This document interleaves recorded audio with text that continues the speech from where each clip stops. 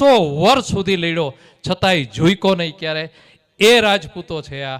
ત્યારે હવે આપણે જેની રાહ જોઈ રહ્યા છે એ કાઠી સમાજ જે આપણી સાથે હંમેશા રહ્યો છે અને આગવું વ્યક્તિત્વ ધરાવે છે, આગવી છાપ ધરાવે છે, એવા આપણી વચ્ચે કાઠી સમાજમાંથી પ્રતાપભાઈ ખુમાણ સાવરકુંડલા. અહીં જોશો આપ સ્ટેજ ઉપર આવે ત્યારે આપને ખબર હશે કે અનેક ટીવીઓની અંદર ડિબેટની અંદર એમણે ભાગ લીધો છે અને જડબા તોડ રાજપૂતો વિશે એને જવાબો આપ્યા છે. ક્ષત્રિયત્વ એટલે શું એમના જવાબો મીડિયાની બોલતી બંધ કરી દીધી છે. નહીતર આજે મીડિયા કેવા છે એ આપને બધાને ખબર છે. એના કહેવાથી અફવા ફેલાવનારા મીડિયા પણ આપણી વચ્ચે છે. પણ આ પત્રકાર મિત્રો અહીંયા આવ્યા છે એનો આભાર માનું છું કે તમે અમારી આ વાતોને સત્યતાની સાથે રજૂ કરજો, જેથી કરીને અન્ય સમાજને પણ ખબર પડે કે જેની ઉપર ભરોસો મૂક્યો છે એ આ રાજપૂત સમાજ છે. ભાઈ શ્રી પ્રતાપસિંહભાઈ ખુમાણ, તાળીઓના ગડગડાટથી આપણે એમને વધાવીશું.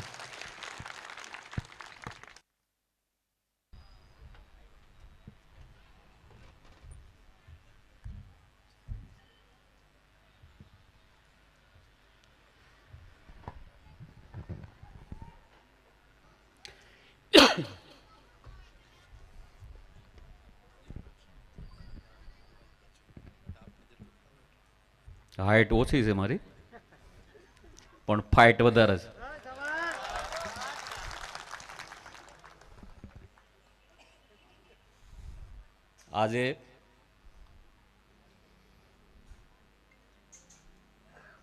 આજે ધરતી ઉપર આપણે સૌ આટલી વિશાળ સંખ્યામાં એકઠા થયા છીએ. એ ઐતિહાસિક ધરતી, એ ઐતિહાસિક શહેર, જે શહેરની જનતા ભારત દેશ જ્યારે 1947માં 1947માં આઝાદ થયો ત્યારે આ એકમાત્ર શહેરની જનતા આઝાદ નહોતી થઈ. એ જુનાગઢ સ્ટેટ અને આ વિસ્તાર આખો જુનાગઢ ડિસ્ટ્રિક્ટ અમારા સાવરકુંડલા નજીક ગાધકડા ગામ છે ત્યાં સુધી આની સીમા ગાધકડા છે જુનાગઢ સ્ટેટનું હતું, સાવરકુંડલાને અડીને. આ પ્રજાની તાસીર, એ તાકાત અને એકમાત્ર એવો ઇતિહાસ કે પોતાના શાસકને દેશ નિકાલ કર્યો હોય તો આ જુનાગઢની પ્રજાએ પોતાના શાસકને દેશ નિકાલ કર્યો તો એવી જ તે સ્થિતિ અત્યારે આપણી સમક્ષ ઊભી થઈ છે. શાસક કેવો હોવો જોઈએ? શાસક કેવો હોવો જોઈએ એનું ઉદાહરણ અત્યારે 75 વર્ષ થયા પછી આપણા દેશના વડાપ્રધાન જ્યારે 2 થી 3 દિવસ સૌરાષ્ટ્ર ગુજરાતના પ્રવાસે આવ્યા,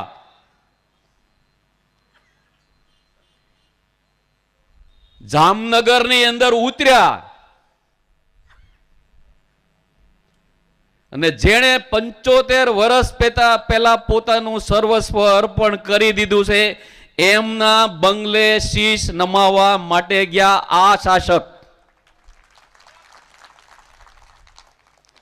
એ રાજવી.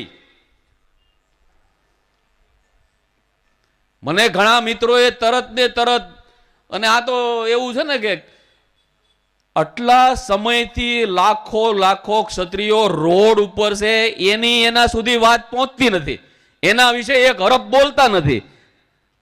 અને એ એક ક્ષણે તરત જ મીડિયામાં તરત જ ફોટા આવવા મળ્યા પાઘડી સાથેના,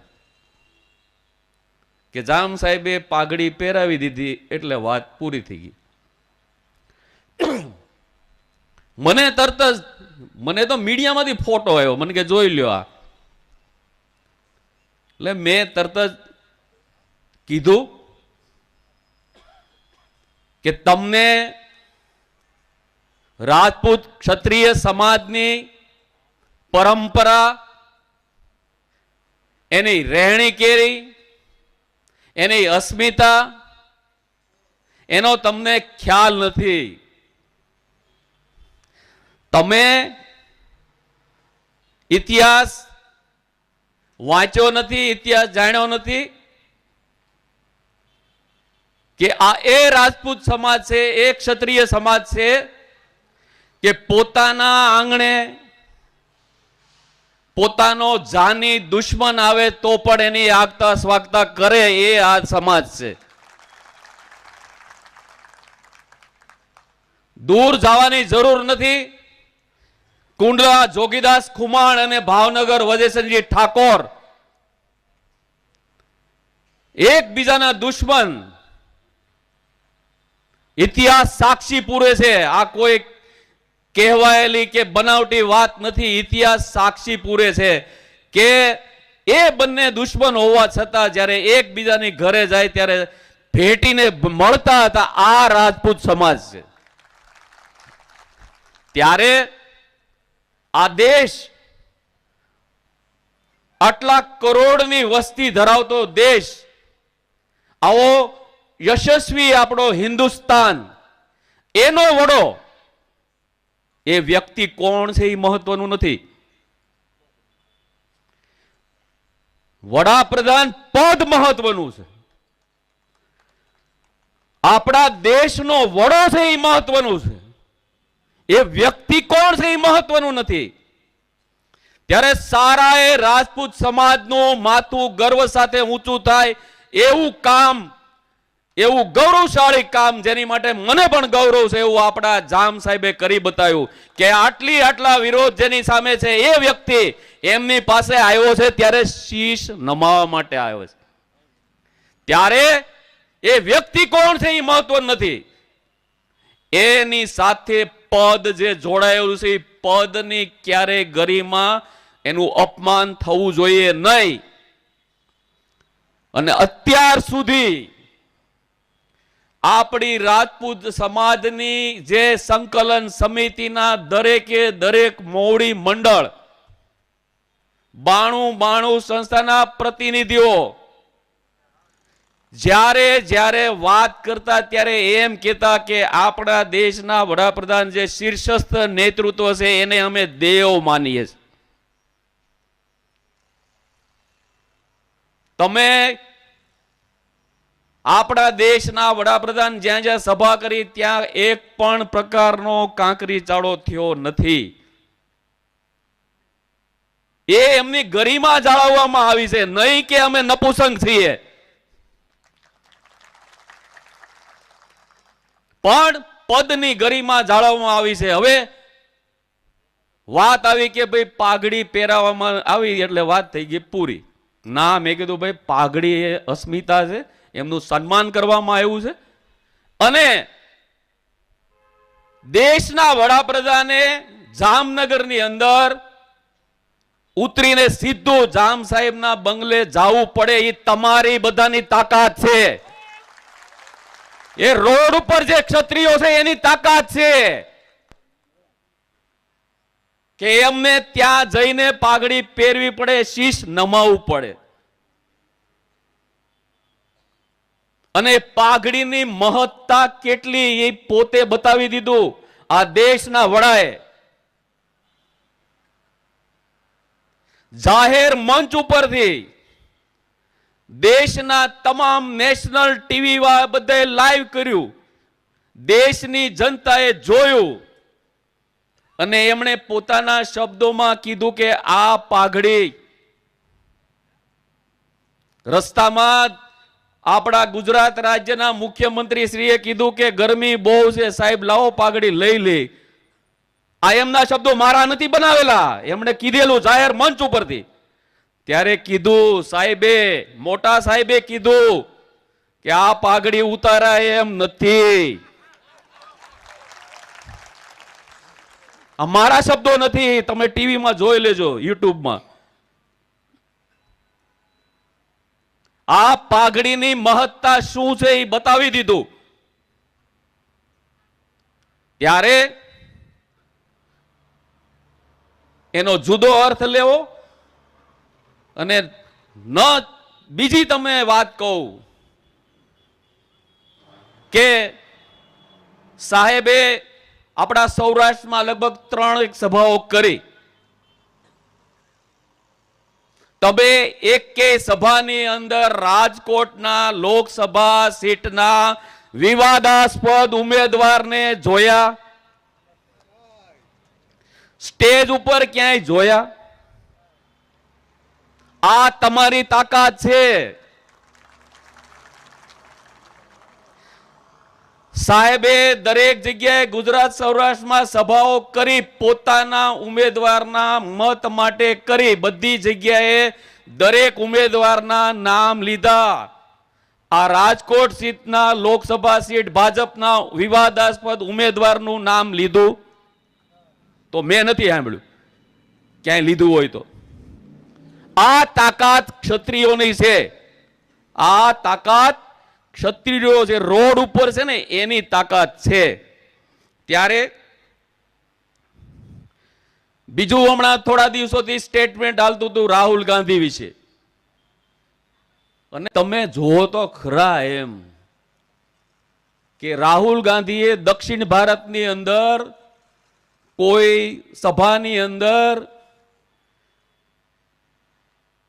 એક વાક્ય એવું બોલી ગયા કે રાજા મહારાજાઓ જમીનો પડાવી લેતા હતા, એવું વાક્ય બોલ્યા. ઈસી સેકન્ડે આ જે સમાજ જે સ્ટેટમેન્ટ માટે રોડ ઉપર છે એટલા સમયથી લાખોની સંખ્યામાં એ જે સ્ટેટમેન્ટ એને ખબર નથી હજી. અને રાહુલ ગાંધીનું સ્ટેટમેન્ટ ઇઝ સેકન્ડે આપણા ગૃહમંત્રી તરત જ ટ્વીટ કરે.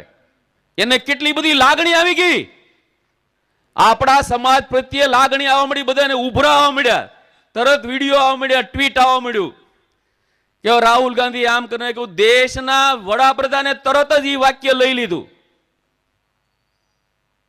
એમણે પણ જ્યાં જ્યાં સભાઓ હતી ત્યાં બોલ્યા. પોતાના જે છે એને છાવરવામાં આવે છે. મને પૂછવામાં આવ્યું તરત ને તરત લાઈવ ડિબેટમાં એક ટીવીમાં કે હવે તમારું આમાં શું કેવું? તમે કે આને બધાને ખંભે બેહારી નીકળ્યા હતા. ત્યારે મેં એને સ્પષ્ટ કીધું કે ભાઈ, રાહુલ ગાંધી ભલો ભોળો યુવાન, by default politician, by default કહેવાય કે એને રાજકારણ માણસ જ નથી બિચારો. એનું કલ્ચર, એનો અભ્યાસ, એનો ઉછેર એ દૂન સ્કૂલનું કલ્ચર. દૂન સ્કૂલ તમે નામ જે ભણતા છે એને સાંભળ્યું છે કે દૂન સ્કૂલનું કલ્ચર. એને સૌરાષ્ટ્રની રસધાર હું, સૌરાષ્ટ્રના રાજપૂતો શું, પાળિયા શું, કેસરિયા શું, જોર હું. આ રાહુલ ગાંધીને બિચારાને શું ખબર પડે? ત્યારે મને કે તમે આ સ્ટેટમેન્ટ અને પેલું સ્ટેટમેન્ટ એની કેવી રીતે સરખામણી કરો છો? મેં કીધું ભાઈ, જમીન આસમાનનો તફાવત છે એમાં. રાહુલ ગાંધીના સ્ટેટમેન્ટનો અમે જવાબ આપી શકીએ. એ સ્ટેટમેન્ટ હતું એ અમારા શાસન વિશે હતું, શાસન વિશે. કે ભાઈ એણે એવું કીધું. મારું તો એવું અંગત માનવું છે કે બિચારા રાહુલ ગાંધીજીને ન્યા જે તે સ્થળે કોઈના સ્થાનિક એવા વિકૃત માનસિકતા ધરાવતા કોઈ વ્યક્તિએ એને મોઢામાં ફિટ કરી દીધું. આવું બોલો. આજે રાષ્ટ્રીય નેતાઓ આવતા હોય ને એને વિસ્તારની ખબર ન હોય, એને અમુક મુદ્દા આપી દેવામાં આવે કે તમારે એટલું એટલું બોલવાનું. હવે આને પોતાનું તો જ્ઞાન ન હોય એટલે એને બોલી નાખ્યું. પણ ઈ સ્ટેટમેન્ટને અમે કાઉન્ટર કરી શકીએ કે ભાઈ રાજા મહારાજાઓ જમીનો પડાવી લેતા નહોતા, માથા હાટે લેતા હતા લડીને, અને નહોતા ત્યારે માથા દઈ દેવા પડતા હતા, જમીનો વહી જતી હતી. બધી જમીનો તો રાજા મહારાજાઓની જ હતી, બાકી કોઈના હાથ બાર આઠમાં નામ જ નહોતા. એને જ બધી આપેલી છે, અને માથા હાટે જીતેલી લેતા હતા જમીનો, અને હારી જતા હતા તો માથા કપાઈ જતા હતા, અને જમીનો બધું વયું જતું હતું. ત્યારે રાજકોટના લોકસભા સીટના ઉમેદવાર દ્વારા બોલવામાં આવેલું સ્ટેટમેન્ટ એ અમારી નારી શક્તિની અસ્મિતા સાથેનું છે, એને માફ કરી શકાય નહીં.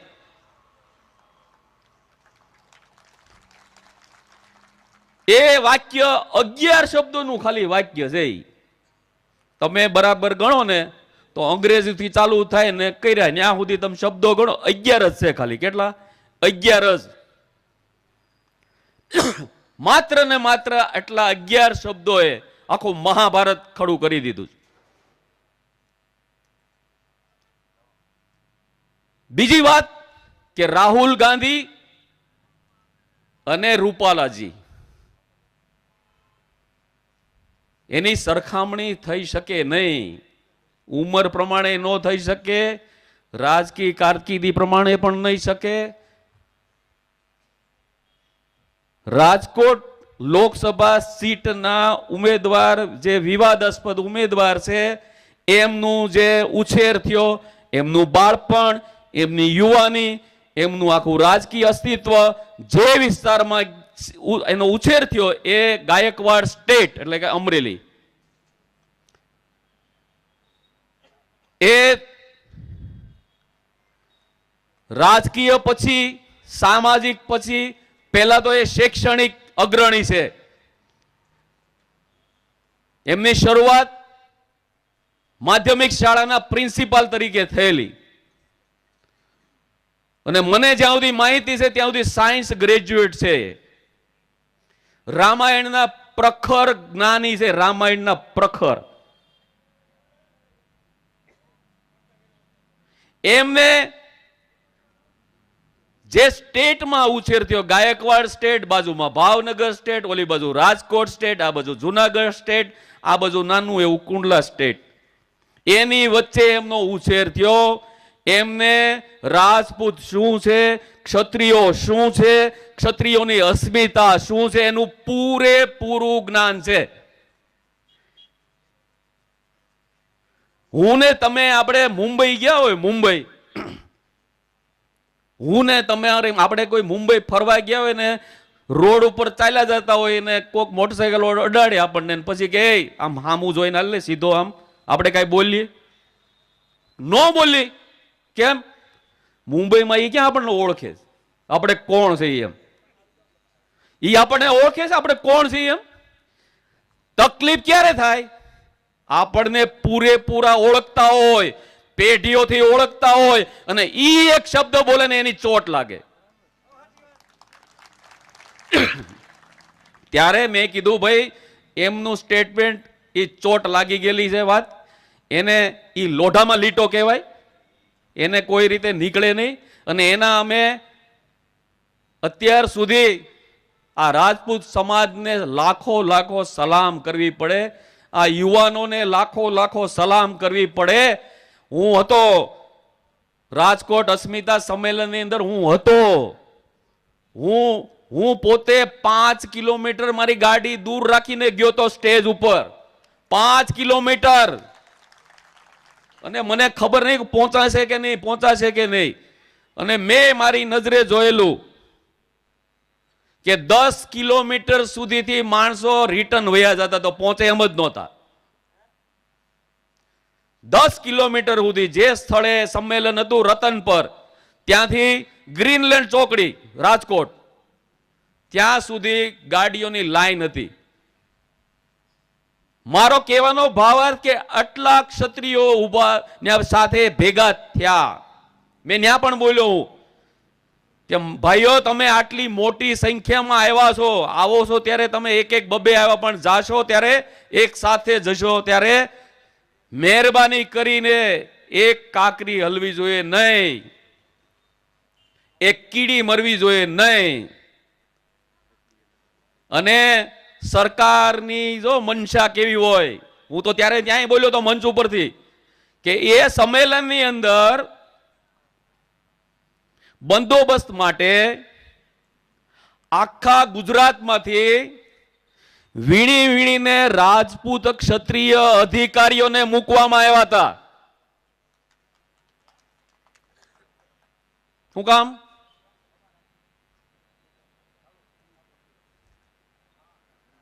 એ બધા આપણે સમજીએ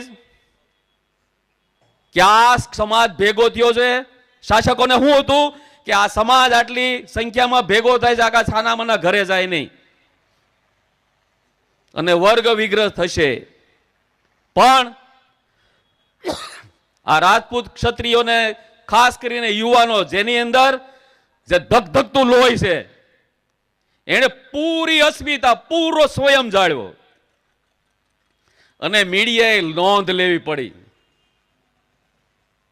નેશનલ મીડિયાઓએ નોંધ લીધી કે બીજે દિવસે તમે બધા વિડીયો જોયો કે મેદાનની અંદર ટીટોડીના બચ્ચા હતા, ટીટોડીના ઈંડા હતા, ટીટોડીએ ઈંડા મૂકેલા હતા, એને પણ કાંઈ નહોતું થયું.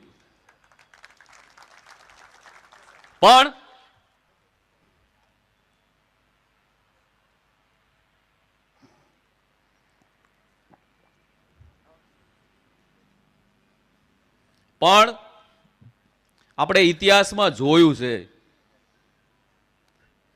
કે કોઈ પણ પ્રકારનું આંદોલન હોય, અગાઉ આપણે આંદોલનો જોયેલા છે, સરકાર જ્યાં સુધી આંદોલન હિંસાત્મક ન બને, આગજની ન ફેલાય, સાર્વજનિક બધી મિલકતોને નુકસાન ન થાય, ત્યાં સુધી સરકાર જાગતી જ નથી.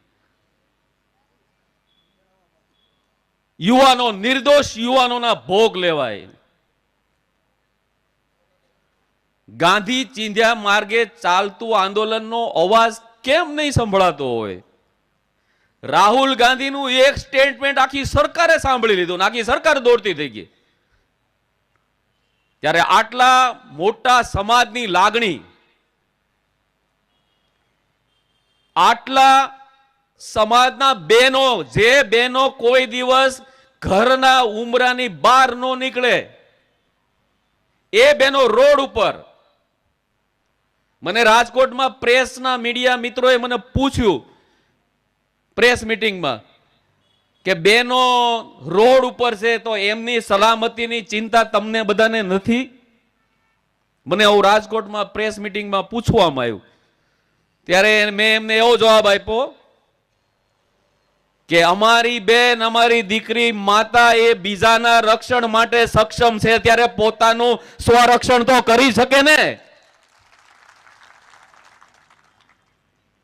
અમારે એની ચિંતા કરવાની જરૂર નથી. ઇતિહાસમાં એટલા બધા દાખલાઓ મોજૂદ છે કે નાની નાની દીકરીઓએ આખા આખા શાસન પોતાના હાથમાં લઈ લીધા છે. ત્યારે મેં તમને કીધું કે અજાણ્યા બોલે તો આપણને દુઃખ ઓછું લાગે, પોતાના બોલે એની ચોટ વધારે લાગે. એમાંય તે આપણા પોતાના સમાજના બોલે ત્યારે ચોટ વધારે લાગે. તમારો મત અલગ અલગ હોઈ શકે, તમારા વિચારો અલગ અલગ હોઈ શકે, પરંતુ મન એક હોવું જોઈએ. મતભેદ હોઈ શકે, વિચારભેદ હોઈ શકે, પરંતુ મનભેદ ન હોવા જોઈએ. આજે સવારે મને બપોરે ફોન આવ્યો કે રાજકોટની અંદર બધા રાજવીઓ ભેગા થઈને કે ભાજપને ટેકો આપી દીધો. પછી મેં ટીવીમાં જોયું, મેં તરત તો બધા રાજકોટ પેલેસ ઉપર રાજવી બધા ભેગા થયેલા ને મેં એમાં નિરીક્ષણ કર્યું. એકેયના મોઢા ઉપર નૂર નહોતું.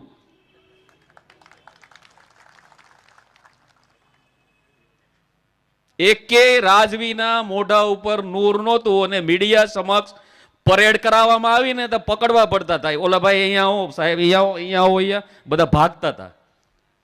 અને જેવું સ્ટેટમેન્ટ આવ્યું એ જ સમયે ભાવનગર દરબાર સાહેબનું સ્ટેટમેન્ટ તરત વિરોધમાં આવ્યું, ઓન ધ સ્પોટ. આમાં જે આવા બધા સ્ટેટમેન્ટો હજી 7 તારીખ સુધી તો ઘણું બધું આવશે. અરે અમારી પાસે અમે તો મીડિયાના, હું પોતે પત્રકાર છું અમરેલી જિલ્લાનો, હું પોતે ફ્રી પ્રેસ જર્નાલિસ્ટ છું. એટલે અમારી પાસે માહિતી છે કે ફેક બધા આઈડીઓ બનવા માંડ્યા છે રાજપૂત સમાજના નામે. તમે બધા યુવાનો ચેતજો. રાજપૂત ક્ષત્રિય સમાજના જુદા જુદા નામ સાથેના fake ID Facebook, WhatsApp, YouTube, Instagram, એમાં બધા ફેક આઈડી બનીને આપણી વિરુદ્ધમાં, ભાજપની તરફેણમાં જુદા જુદા સ્ટેટમેન્ટો આવ્યા કરશે. પણ આપણો જે અંતિમ લક્ષ્ય છે, સંકલન સમિતિના તમામે તમામ વડીલોને મારા લાખ લાખ સલામ છે કે એણે જે રીતે લડાઈ ચાલુ કરી છે એને જેટલા અભિનંદન આપો એટલા ઓછા છે. ક્યાંયથી કોઈ પણ સ્ટેજ ઉપરથી, કોઈ પણ મંચ ઉપરથી કાયદા વિરુદ્ધની એક પણ બાબત બોલવામાં આવતી નથી. ને મારે યુવાનોને ખાસ વિનંતી છે કે મતદાન પૂરું થાય ત્યાં સુધી કોઈ પણ જગ્યાએ સંયમ ખોવો નહીં. કોઈ પણ સમાજે આપણી સાથે જે સમાજ છે, આપણો સમાજ, મને ઘણા મતોનું ગણિત સમજાવે, મતોનું. મને હમણાં અહીંયા તે મીડિયાના મિત્રો પૂછતા હતા કે તમે આ આખા ગુજરાતમાં બધી લોકસભા સીટ ઉપર તમે તમારા સમાજનું વોટિંગ કેટલું, તમે પરિણામલક્ષી લડાઈ કેવી રીતે, આમાં પરિણામ કેમ આવે, પરિણામલક્ષી લડાઈ કેવી રીતે થઈ શકે એમ કે ભાઈ તમારા, એટલે મૂળ કહેવાનું એ તો તમારા ક્યાં એટલા બધા મત હતા એમ. મૂળ હાવ દેશી કે ભાઈ તમારા ક્યાં મત છે તો એટલું બધું તમે આમ ડખો કરો છો. મેં મીડિયાના મિત્રોને કીધું ને આપ સૌને કહું, સમગ્ર સૌરાષ્ટ્ર, ગુજરાત, કાઠિયાવાડમાં અસંખ્ય ગામડાઓ એવા છે, હું તમને નામ બોલું, મારી પાસે લિસ્ટ, હું નામ બોલી શકું. આ ગામ, આ સરપંચ, અસંખ્ય એવા ગામ છે કે જેની અંદર ક્ષત્રિય સમાજનું માત્ર એક જ ઘર હોય, એક જ ઘર હોય, એક જ. અને એક ક્ષત્રિય ઘરનો, એક કુટુંબનો એક યુવાન હોય કે વડીલ હોય, 25 વર્ષથી સરપંચ હોય. એટલે હું દાદાગીરીથી થાય સરપંચ? આખું ગામ બીવે એકથી આ જમાનામાં? નહીં. એ એની લોકચાહના હોય છે. તમામ સમાજને ખબર હોય છે કે કોઈ પણ સમાજ માટે, કોઈ પણની સામે લડવું છે તો આ ક્ષત્રિય જ આગળ આવશે. એ તમામ સમાજને ખબર છે. અને કોઈ સમાજ તમારી સાથે જાહેરમાં નહીં આવે, પણ બધા સમાજ ઈચ્છે છે. દરેક સમાજને ચોટ સમયે સમયે લાગેલી છે. અને હું અત્યારે આ મંચ ઉપરથી એવું કહેવા માંગુ છું કે તમામ સમાજે એક વિચાર કરી લેવાની જરૂર છે કે ક્ષત્રિય સમાજ, આટલો તાકાતવાળો સમાજ આખા ગુજરાતમાં રોડ ઉપર આવ્યો ને એની વાત તો માનવામાં ન આવતી હોય તો બીજા સમાજની તો વેલ્યુ જ ક્યાં રહી? બીજા નાના નાના સમાજોએ વિચારવાની જરૂર છે. પાટીદાર સમાજે તો અનુભવેલું છે. પાટીદાર સમાજને પોતાનું જે વેર છે એ વસૂલ કરવાનો આ સમય આવી ગયો છે. એ બધા સમજે છે, ખ્યાલ જ છે. ત્યારે જો આ બે આવડો મોટો સમાજ હોય, ક્ષત્રિય સમાજ અને પાટીદાર સમાજ, એની વાત માનવામાં ન આવતી હોય આપણા તો હજી સુધી કાંઈ આપણે કર્યું નથી. પાટીદાર સમાજ વખતે જે નિર્દોષ યુવાનોના લોહી વયા છે, છતાં સરકાર જો એને મચક ન આપતી હોય તો નાના નાના સમાજે તો વિચારવાનું જ નહીં ને પોતાની વાત માટે. ત્યારે હું દરેક સમાજને વિનંતી કરું છું કે તમારે આ આંદોલનમાંથી ધડો લેવાની જરૂર છે, શીખ લેવાની જરૂર છે. અને આ જે યજ્ઞ છે,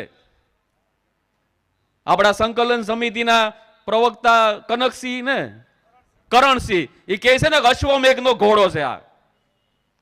આ અશ્વમેઘનો ઘોડો છે. ત્યારે આ યજ્ઞની અંદર દરેક સમાજ આપણને આહુતિ આપવા માટે તૈયાર છે. આપણે સંયમ જાળવીને દરેકને સમજાવી, જો એક ગામની અંદર એક જ ઘર સરપંચ હોય અને એ પાછા 25-25 વર્ષથી હોય એવા અસંખ્ય ગામ છે, ત્યારે ગામ ઈ મતને આ લોકો ગણતરીમાં નથી લેતા કે આની તાકાત કેટલી છે. એક જણાની તાકાત કેટલી છે. ત્યારે મેં કીધું કે અમારી આ તાકાત છે અને એ રિઝલ્ટ આવશે ત્યારે ખબર પડશે. અને ઉપરના લેવલના બધા જે નિષ્ણાંતો છે એને ખબર પડી ગઈ છે કે જમીન ધીમે ધીમે ધીમે ધીમે નીચેથી સરકી રહી છે. ત્યારે બીજી એક વાત મને હમણાં ઘણા અમારા વર્તુળમાં બધા વાત કરતા હતા કે આ વખતની લોકસભાની ટિકિટો કેવી રીતે ફાળવવામાં આવી છે એનું કઈ નક્કી જ નથી. ફેકમ ફેકા કરવામાં આવે, ફેકમ ફેક. મને અમારા રાજકોટના વરિષ્ઠ અમારે પત્રકાર છે જગદીશભાઈ મહેતા, એ મને કહેતા હતા કે પ્રતાપભાઈ, આ લોકસભાની ટિકિટ જેવી રીતે ફાળવવામાં આવી છે ને એવી કે સિનેમાની ટિકિટે નથી મળતી, ફિલ્મની ટિકિટે આમ નથી મળતી, એમ મને કે લોકસભાની ટિકિટો મળી ગઈ બધાને. ગુજરાત સાઈડ તો એક બેન શિક્ષિકા એ સ્કૂલમાં ભણાવતા હતા,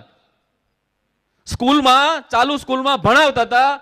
ઘરેથી ફોન આવ્યો એમના મિસ્ટરનો, ઈ કે તું જલ્દી જલ્દી ઘરે આય, તને ટિકિટ મળી. તો કે હે ની? ઈ કે લોકસભાની. ઈ કે નો, અરે પણ મળી ગઈ, તું જલ્દી ઘરે વિયાય. લ્યો, આ ગુજરાતની સાઈડની વાત છે. આવી રીતે ટિકિટોની ફેકમ ફેકી કરવામાં આવી છે. આવું ગુજરાતના ઇતિહાસમાં કોઈ દી બન્યું નથી. બીજી વાત તમારું ધ્યાન દોરું કે જે નેતા જેનું કાર્યક્ષેત્ર જે વિસ્તારમાં હોય, જેમણે પોતાની કારકિર્દી, આટલા વર્ષોની કારકિર્દી જે વિસ્તારમાં કરી હોય, પોતાનું કામ કર્યું હોય, એ વિસ્તારમાંથી ટિકિટ કેમ નથી આપવામાં આવી? હું એક બે ઉદાહરણ આપું કે રાજકોટ સીટ લોકસભાના ભાજપના ઉમેદવાર, એમનું કાર્યક્ષેત્ર અમરેલીથી ધારાસભાઓ લડેલા છે. આ પરેશભાઈ ધાનાણી હરાવેલા છે ને અમરેલીની સીટ ઉપરથી. એમનું કાર્યક્ષેત્ર અમરેલી, તો એમને અમરેલીમાં ટિકિટ આપવાને બદલે રાજકોટ શા માટે ટિકિટ આપવામાં આવે? નંબર 2, મનસુખભાઈ માંડવિયા, એનું કાર્યક્ષેત્ર ભાવનગર. આપણા દેશના આરોગ્ય મંત્રી, એને આટલા સમયથી ભાવનગર આખો એમનો પંથક, કાર્યક્ષેત્ર ભાવનગર, કામગીરી ભાવનગર, એમને પોરબંદર આપવામાં આવી. આવું ઘણી સીટ ઉપર થયું છે. ત્યારે જે સીટના જે દાવેદારો હોય, પાયાના કાર્યકરો હોય, જેણે પક્ષને આખી જિંદગી આપી દીધી હોય, એ રાજકોટ હોય, જુનાગઢ હોય, ભાવનગર હોય, સુરેન્દ્રનગર હોય કે પોરબંદર હોય, એ ત્યાંના સ્થાનિકમાં ભયંકર રોષ છે. પણ બિચારા ડરે છે સાહેબથી, એટલે કોઈ ખુલીને બહાર આવતા નથી. પણ અંડર કરંટ બધા ક્ષત્રિય સમાજના આંદોલનને વિટામિન પૂરું પાડી રહ્યા છે. વિટામિન ઘણા પ્રકારના હોય, એમાં વિટામિન એમ એ હોય, સમજાય છે? તો અંડર કરંટ હાલે છે. તમે ક્યાંય જે તે જગ્યાએ મેં આ નામ લીધા બધા સીટના, એમાં અમરેલી આવી ગયું. અમરેલીમાં તો કોઈ દી જિંદગીમાં અમને નહોતી ખબર એવા ઉમેદવાર આવ્યા ભાજપના. જે દિવસે નામ જાહેર થયું તો મારે એનો ફોટો, અમે આટલા વર્ષોથી મીડિયામાં 1990ની સાલથી હું મીડિયામાં છું, તો મારે ફોટો ગોતવો પડ્યો એનો કે આ ભાઈ છે કોણ એમ. હવે એવું કહેવાય છે કે 8 પછી તો મળતા જ નથી. સાંજના 8 પછી નથી મળતા એમ કે.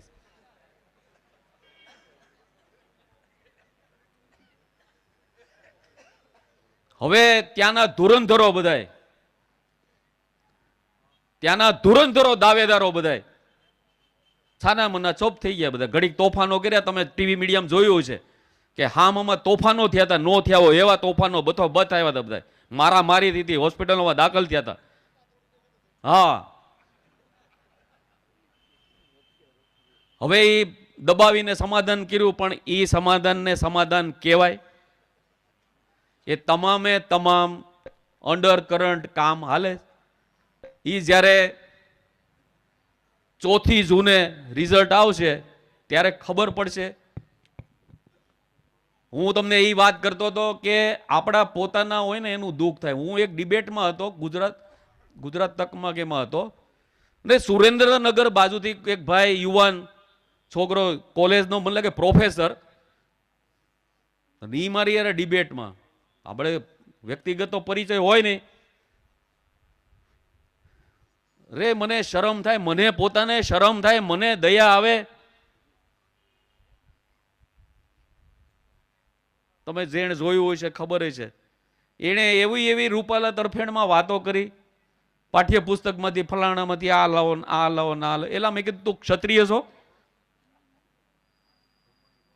મારે એનું નામે નથી લેવું આપણે, પણ મને દયા આવે એમ. આપણને દયા આવે. મારે થોડું લાઈવ ડિબેટમાં કહેવાય કે તે ઘરે પૂછું જ, પેલા હું બોલસ તું પેલા ઘરે પૂછ. ઇતિહાસમાંથી જે સોનેરી વસ્તુ છે એ કાઢવાની છે, કાદવ કાઢવાનો બારો. અને એ આપણો યુવાન, એ શિક્ષિત યુવાન. મેં કીધું ભાઈ સિંહ લગાવવાનું બંધ કરી દે. હવે વાહે લાલ લગાડવા માંડી.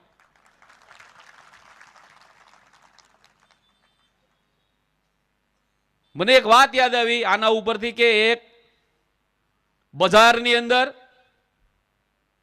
એક સોની કામની દુકાન હતી, એક લુહારી કામની દુકાન હતી બાજુમાં. સોની કામની દુકાન હતી, એમાં સોનું ઘડાતું હોય. લુહારી કામની દુકાન હોય, એમાં લોખંડ ઘડાતું હોય. આ સામાન્ય વાત આપણે સમજીએ. તમે કોઈ દિવસ સોની કામ ઘડાતું હોય ત્યાં તમે કોઈ દિવસ સેજે અવાજ આવશે નહીં. સોની કામ સોનીની દુકાનમાં થતું હોય ત્યાં તમને સેજે કોઈ દિવસ અવાજ આવશે નહીં, સોનું ટીપાડતું હોય એનું.